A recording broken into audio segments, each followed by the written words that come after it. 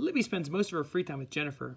She is studying books on how to deliver babies. Even though the vet says Jennifer's puppies won't be born until September, when the egrins are back, Libby says it can't hurt to be prepared.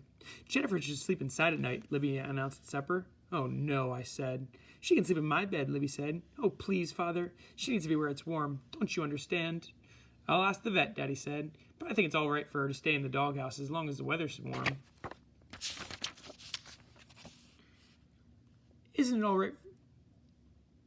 If it isn't all right for her to stay out there, I'm leaving, I said. A deal's a deal.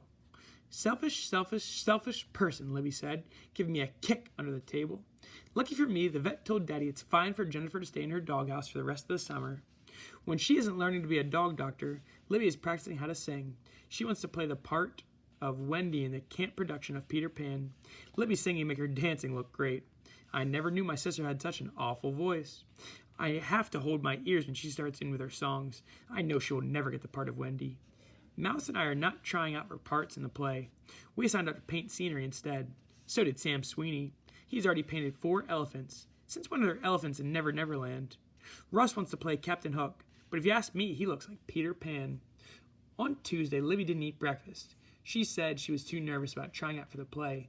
I just have to be Wendy or I'll die, she told us. On Tuesday night, she didn't eat any supper. That's because she didn't get out the part of Wendy. I knew she wouldn't. I didn't think she should be acting so disappointed.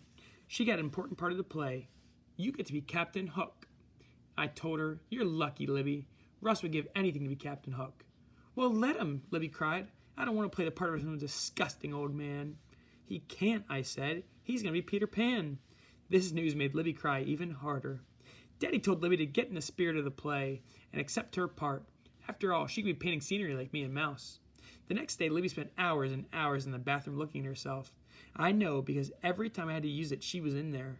So finally I got tired of knocking and just walked in on her. She didn't even yell at me. She just said, I am so ugly, it's unbelievable. Oh, you're not that bad, I said. How would you know, Libby asked. You look just like me. I do? Of course, she said. Just look in the mirror. I looked. I don't know, Libby, I said. I don't think I look like you. Well, you do, Libby screamed. And just wait until you're 13. You'll be as ugly as me, as not uglier. Oh, I could just cry. You've been crying for 3 days already, I reminded her. Oh, shut up. I went down to the kitchen and told my mother what Libby said. Libby's just feeling bad about not getting the part of Wendy in the play. She'll get over it, Mom said. She thinks she didn't get it because she's ugly. She's making excuses. And she's feeling ugly. Looks are all a matter of how you feel, you know. If you feel beautiful, you are beautiful. It all comes from inside. No kidding, I said. I never knew that. Mom smiled. Why don't you tell that to Libby, I asked. I tried, Mom said, but she wouldn't listen. Here, have a carrot. Thanks, I said, taking it. I think I could live on raw carrots. They're the best tasting food in the whole world. That afternoon, I went to the pool with Mouse and Betsy. Mom said she would stay home with Libby and try to cheer her up. Do you think I'm ugly? Asked Mouse. Betsy answered, yes, but I love you just the same, and so does Ooch. Oh, Betsy, Mouse said. Sheila's not ugly, and you know it. Okay, Betsy said, you're not ugly. Libby says I am, I told Mouse. She says I look just like her and that she's one of the ugliest people on earth. She's stupid, Mouse said. I know that, but do you think she knows what she's talking about when she says I'll look just like her someday? Definitely not, Mouse told me. I was happy to hear that. The next day, Libby decided to learn every part in the play. She says this is just in case someone gets sick at the last minute and she has to play another part, like maybe Wendy. I asked her if she plays Wendy. Then who will be Captain Hook? And she says I'm very dumb to even ask such a question. I don't understand Libby at all.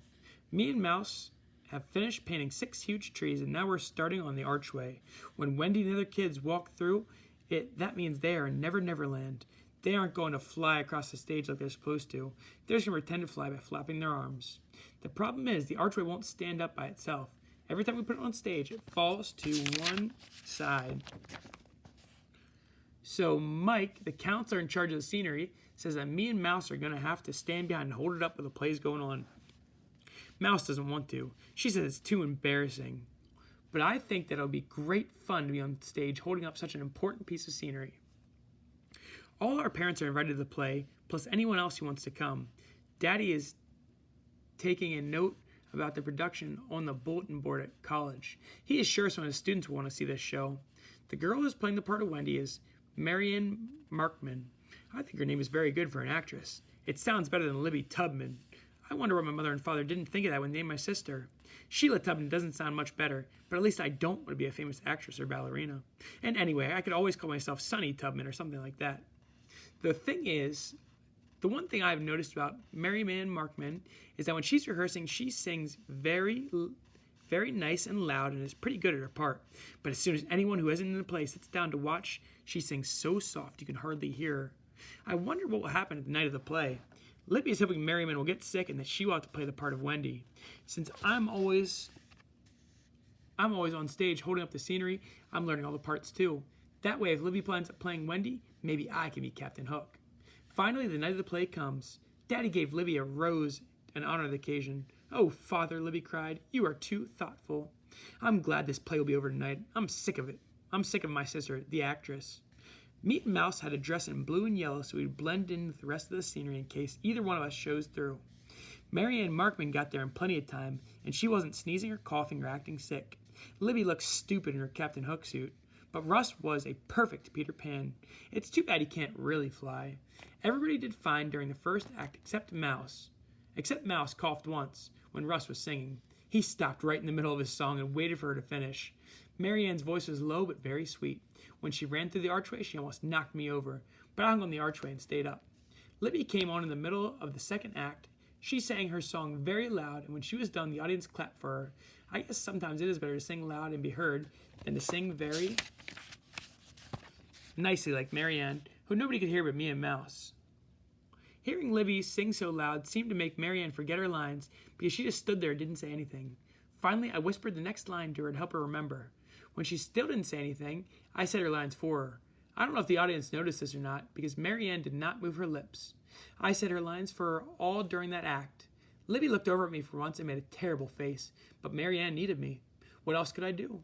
Mouse was laughing all this time, and neither one of us remembered about holding up the archway, so the next time Russ ran through it, it fell to the side. But I don't think we ruined the play, like Libby says, because we managed to get it up again in a few seconds. All in all, I think it was a very successful show, even though Libby says she is never speaking to me again.